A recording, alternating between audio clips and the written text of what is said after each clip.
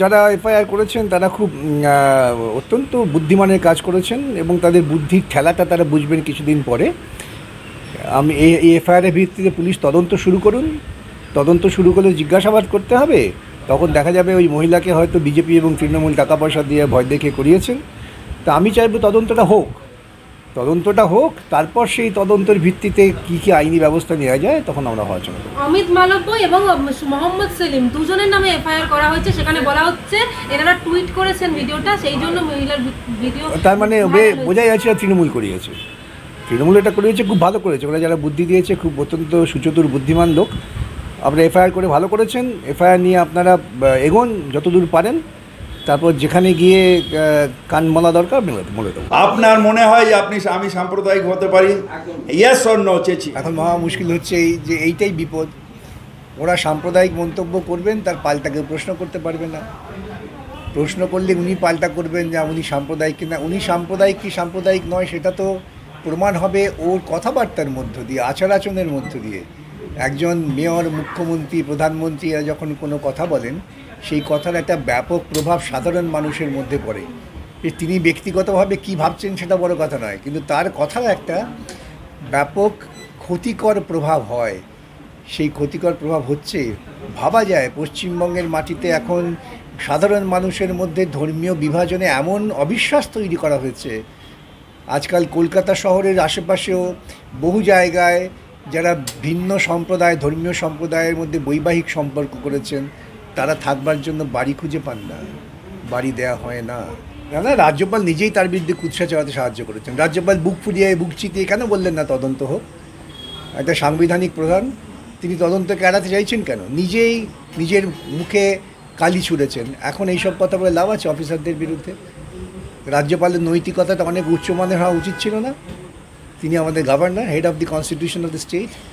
তার তো উচিত ছিল বুক চিতিয়ে বলা, হ্যাঁ এরকম অভিযোগ হচ্ছে, তদন্ত হোক। সেটা একটা দৃষ্টান্তমূলক সিদ্ধান্ত হতে পারত ভারতবর্ষের বা পশ্চিমবঙ্গের মানুষের কাছে। সেটা উনি করতে পারলেন না, পালিয়ে বেড়াবার চেষ্টা করছেন। পুরো মহানাগরিক কেন, কোনো সুস্থ চিন্তার মানুষের পক্ষেই একথা বলা উচিত না এবং বলা সম্ভব না। আসলে তৃণমূল দলটাই কিন্তু মূলত সাম্প্রদায়িক দল। আমি বারবার বলি, সাম্প্রদায়িক মানে শুধু এইটা নয় যে কোনো একটা ধর্মের প্রতি সমর্থন। সাম্প্রদায়িকতা হচ্ছে এই সমস্ত ধর্মকেই লালন পালন করা এবং রাজনীতির সঙ্গে তাকে মিলিয়ে দেওয়া। যে কাজটা মমতা করছেন, এটা মমতা করছেন আরএসএসের পরিকল্পনায়। আর সেক্ষেত্রে ফিরহাদ তো মমতার অন্যতম একজন বিশ্বস্ত সৈনিক, তাকে তো এ কথা বলতেই হবে। যে কথা তিনি বলেছেন, তিনি হঠাৎ বলে ফেলেছেন তা নয়, কথাটা খুব পরিকল্পিতভাবেই বলেছেন। এবং এর মধ্য দিয়ে মানুষের মধ্যে একটা বিভাজন তৈরি হচ্ছে, এক ধর্ম এবং আরেক ধর্মের মধ্যে বিদ্বেষ তৈরি হচ্ছে। এ কথা মেয়রের অফিস থেকে তো ভাবাই যায় না। কিন্তু আমি খুব বিস্মিত নই, কেন জানেন? ওই মেয়রের চেয়ারে বসে যখন শোভন চ্যাটার্জি মেয়র ছিলেন, তিনি টাকা নিয়েছেন দু হাতে, মমতা উল্লসিত হয়েছিল। মমতা কিন্তু কোনো মতেই ওই কারণেই শোভন চ্যাটার্জিকে সরাননি। তিনি বলেছেন, বাহ বেশ বেশ, এই তো ভালো টাকা উপায় হচ্ছে। সুতরাং মেয়রের পদকে কলঙ্কিত করার যে প্রক্রিয়া বহুদিন আগেই শুরু হয়ে গিয়েছে, এবং আমরাও পশ্চিমবঙ্গের মানুষ, কলকাতার মানুষ এই অপকর্মের সঙ্গে নিজেদের সহযোগী করেছি। এই লজ্জা তো আমাদের বইতেই হবে। যা বলেছেন সবাই শুনেছেন। সুতরাং এটা তো খুব বিস্মিত হওয়া নেই। আবারও বলছি যে ওদের পরিকল্পনাটাই হচ্ছে এই কথা বলা মানে উগ্র হিন্দুত্ববাদীরা দুটো লড়াই হয়। একটা হচ্ছে মৌলবাদী আচরণ নিয়ে, হিন্দুদের মধ্যে মৌলবাদী, ইসলামের মধ্যে মৌলবাদী, খ্রিস্টানদের মধ্যে মৌলবাদী। এই মৌলবাদীরা সবসময় নিজেকে শ্রেষ্ঠ মনে করে এবং অন্যের ধর্মকে আঘাত করে।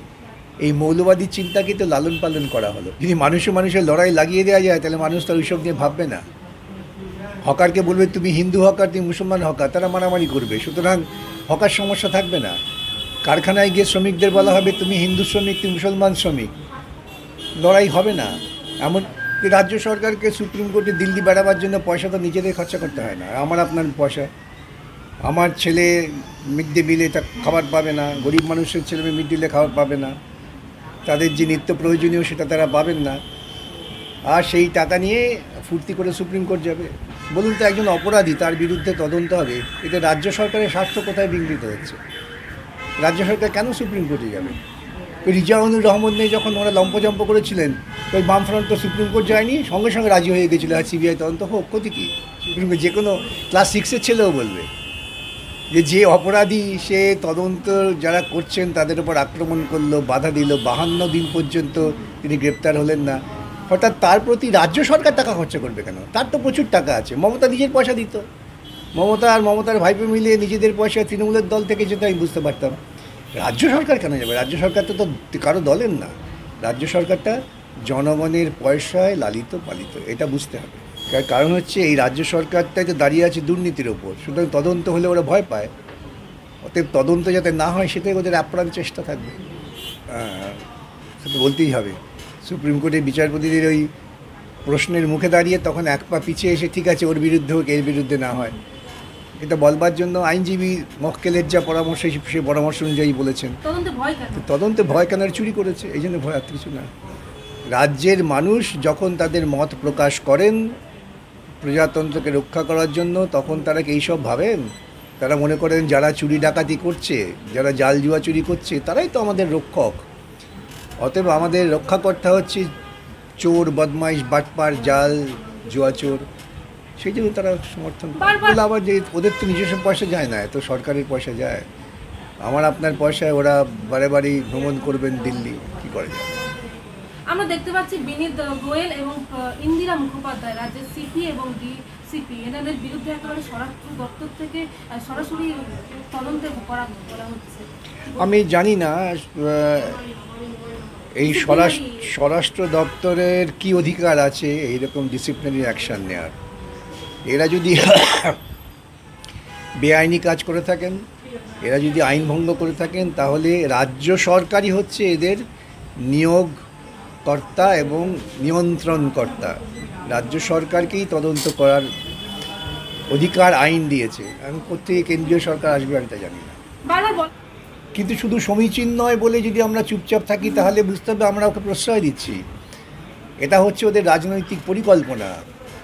যারা মনে করেন যে তৃণমূল বিজেপির বিরোধী, তারা এতে বুঝতে পারবেন যে তৃণমূল এই সমস্ত কাজ করে বিজেপির হাতকেই শক্ত করছে, আরএসএস উল্লসিত হচ্ছে, এবং তারা বলার চেষ্টা করছে যে এই রাজ্যে মুসলমানরা আমাদের দখল করে নেবে।